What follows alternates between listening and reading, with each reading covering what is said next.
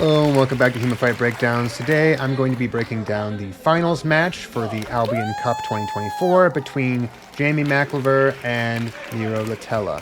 Sorry if I mispronounced your names.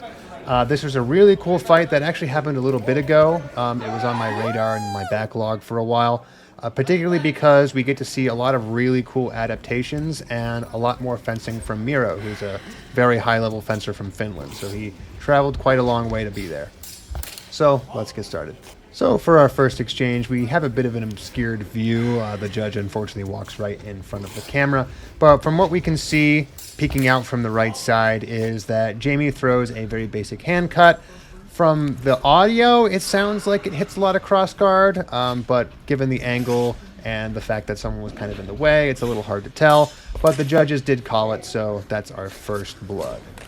So for our second exchange and first real good one, we see the first of what is going to be a pattern throughout this fight, which is Miro's right side shield how. It is a very dangerous move, one that he uses a lot and is very, very good at. But what we're also going to see here is the first time that Jamie does a very good job of parrying it. So we see Miro come in with that shield how. It looks like he's giving it a whole lot of bend in his wrist and his left arm to try to make sure that he can hit the hand rather than the head or the shoulder. But Jamie does a very good job of parrying it off to his left side in a what I would call a crump style parry. And this is going to be important because dealing with Miro's shield how is basically going to be the framing that the entire fight revolves around. In this particular instance, Jamie does a really good job of parrying it. He follows it up with an undercut to Miro's body, which comes in a little bit flat, but it comes in pretty well nonetheless. Miro, of course, being unable to parry what is essentially a cut coming into his lower left opening after he just threw an attack in his upper right. The next exchange is a pretty interesting one. We see Miro signaling to Jamie that he is going to throw another of his classic shield hows by couching his sword flat against his upper right shoulder area, but abandons this position pretty quickly to throw a hand cut instead. Jamie does a great job of parrying it and returns a hand cut of his own in return. However, this hand cut seems to clip the bottom of Miro's right hand and hit primarily in the grip section, the grip that shows between both of his hands. And while this would obviously still count as a hand shot 9 times out of 10, the reason I'm bringing it up is because Miro doesn't seem to notice that he's been hit in the hands at all, and instead returns an after blow to Jamie's head. Now, according to the rules of this, which were a little interesting, for what it's worth, I've cut it all out, but a lot of the times after these exchanges, the director would go and talk to each of the individual fencers and then the judge to try to figure out what happened. No idea what's going on with that, and no idea why you would ever do that in a tournament. But for what it's worth, that discussion seems to result a lot of times in everything kind of being a double. And I bring this up because there's a lot of things that if you are trying to pay attention to the score as I go through this video footage, it sounds like everyone's just getting the points for everything that they think they land, even though it might not quite be of quality every single time. And I would say that that's 100% because they just keep asking the fencers what they think happened. And fencers being fencers are going to say, well, hey, this is what I was trying to do. I think I landed it, and this is what I think they did to me. And I kind of felt something, somewhere around there or something like that. Pretty much just feeding bad information to the director, who then has to, I guess, appease what they think each fencer thought happened and kind of give them the best of both worlds, which in this case is a double almost every single time. I won't talk about the judging any more than that, but I did think it was worth pointing out because, at least in my opinion, this is a pretty clear point for Jamie, given that he manages to throw a good shot. It lands, Miro tries to parry, fails to parry, and then throws an afterblow, as he should do, but, out of tempo. For our fourth exchange, we see Miro's classic shield how finally play out. We see him couch his sword up in his upper right shoulder area with his thumb on the flat of the blade and throw a really nice shield how directly to the top of Jamie's head. And the reason I want to point this out, though, is all the way back in the first or second exchange, we saw Jamie do a really good job of parrying this. And this time, he tries to parry in a slightly different way. And this is one of the reasons that the shield how, especially the way that Miro does it, works so well. See, a lot of people try to parry this by going into a cron parry, meaning they take their horizontal crossguard and they try to just shove it up above their head in order to catch the blade that's coming at them. And the problem with this is that because the shield how, especially when the way that Miro throws it, comes in so flat, that you basically have to take your cron and shove it all the way past the level of the top of your head in order to be safe, which is obviously a lot of distance to travel. Meaning that the more crump house style parry that Jamie did in the beginning works way better, and the cron style parry works a lot worse. But we're going to end up coming back to this later in some future exchanges. So at this point in the fight, it seems like both fencers are trying to adapt to the situations that they've been successful in. Jamie wants to make sure that he can deal with Metello's classic shield house, while Miro, for his credit, has started to just switch it up and go to something completely different. He starts fighting with a more long point style guard, and he's throwing more hand shots here, and they're looking to be pretty successful. Except, of course, in this particular section, what Miro is trying to do is he's trying to time Jamie's footwork. As you can see throughout this play, Jamie is rocking backwards and forwards continually into measure and then out of measure.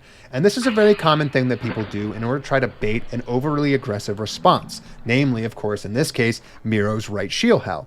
But Miro is going to deny him this, and what he's going to do instead is he's going to try to throw an undercut to the hands in an attempt to try to time Jamie's footwork so that when he rocks forward, he gets hit in the hands, and then he will naturally rock backwards, meaning that he's unable to throw a competent after blow, so he'll just get hit in the hands, he'll rock backwards, he'll be out of range to do anything else, and it's 3 points for Miro.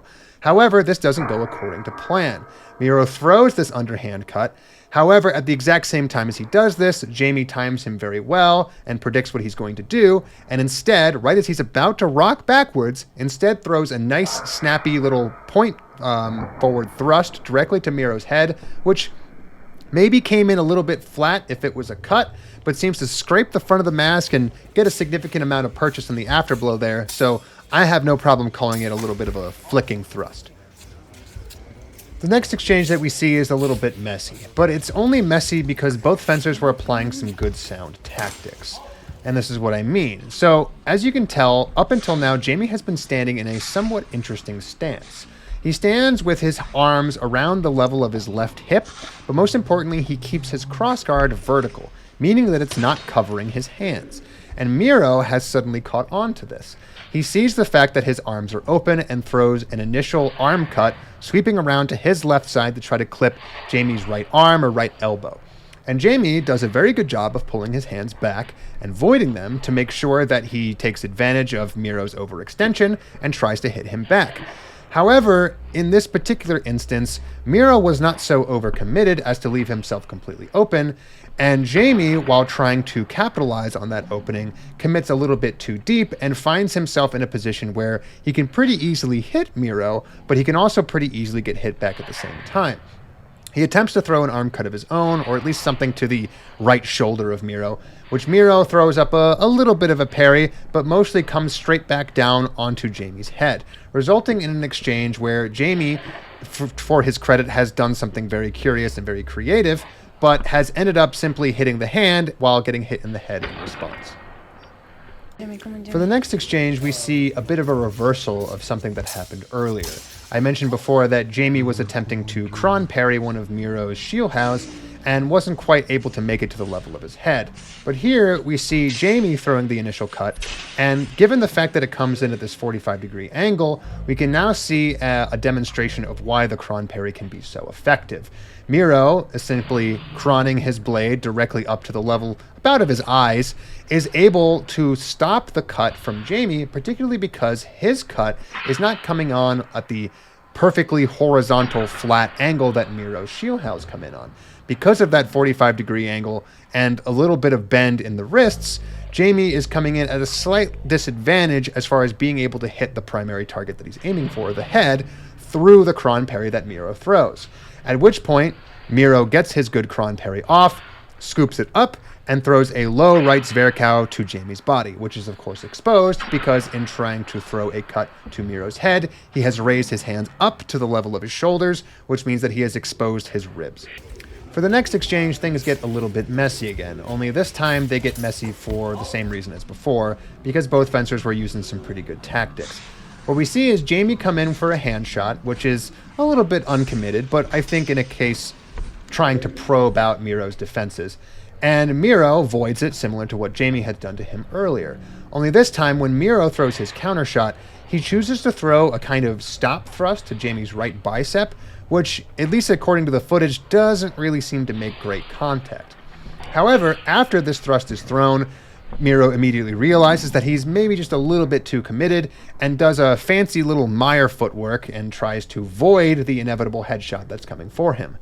Jamie, for his credit, is smart enough to delay his afterblow, because if he had simply thrown the second he knew that thrust missed, he probably would have missed Miro's head, but delays his footwork and moves a little bit closer and is able to hit Miro in the back as he is trying to get away. Something that's worth pointing out is that I think if Miro had landed that stop thrust, everything about the exchange would have been a little bit different. It was possible that Miro would have been able to keep Jamie a little bit further away at range, and it would have resulted in the extra couple inches that he needed to make that Meyer void work. So, in reality, this exchange pretty much came down to whether or not the things that each fencer was executing actually managed to land well. In my opinion, the thrust to the bicep just didn't land with enough purchase, but the cut to the back most certainly did. For the next exchange, we see something play out that's, on the face, very simple. Miro simply steps forward, feints a nice, big, high cut, only to cut around to hit Jamie in the right hand. But the reason I think this works is particularly if we go back to what Miro has been showing the entire time, and Jamie's constant efforts to try to figure out how to properly parry Miro's shield house. And what Miro has now realized is that as long as he feints high, Jamie is going to bite thinking that it's a shield how and try to either do a cron parry or a crump parry. Only this time, because Miro has figured this out, what he's going to do is take advantage of both of those parries openings and attack the right hand instead.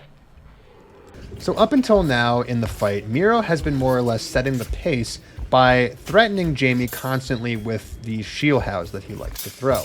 And in this particular case, Jamie has been trying to program himself so that he can deal with them when they come back again. And in this exchange, he gets his wish. Miro throws another shield how, and Jamie does a very good job of parrying it yet again like he did the first time, with a nice crump-style parry that allows him to properly dominate the bind on top of Miro's blade, preventing him from being able to counterattack. However, this doesn't quite work out for him again.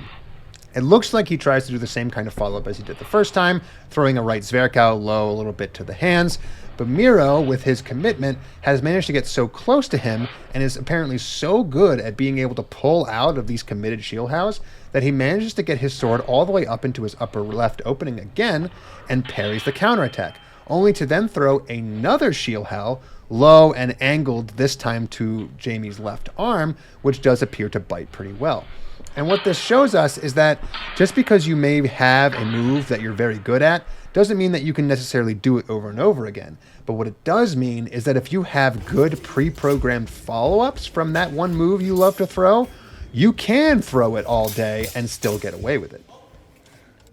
The next exchange is a short one, but one that's still pretty interesting. Jamie, to his credit here, has adapted to the interesting way that Miro likes to parry.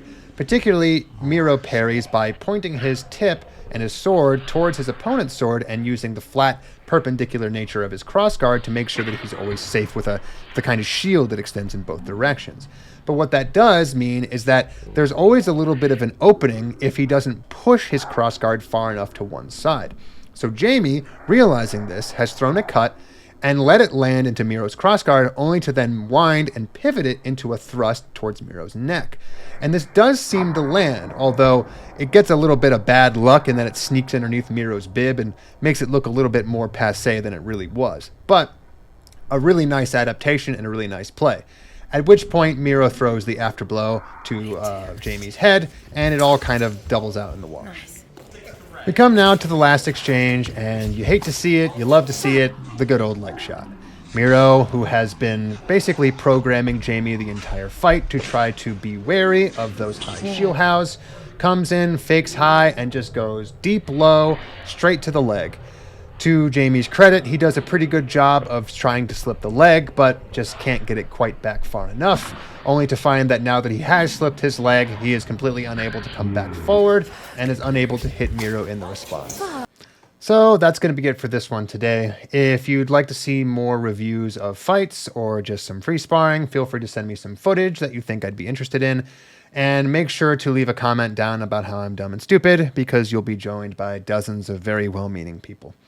And of course, like and subscribe if you want to see more, and I'll see you next week.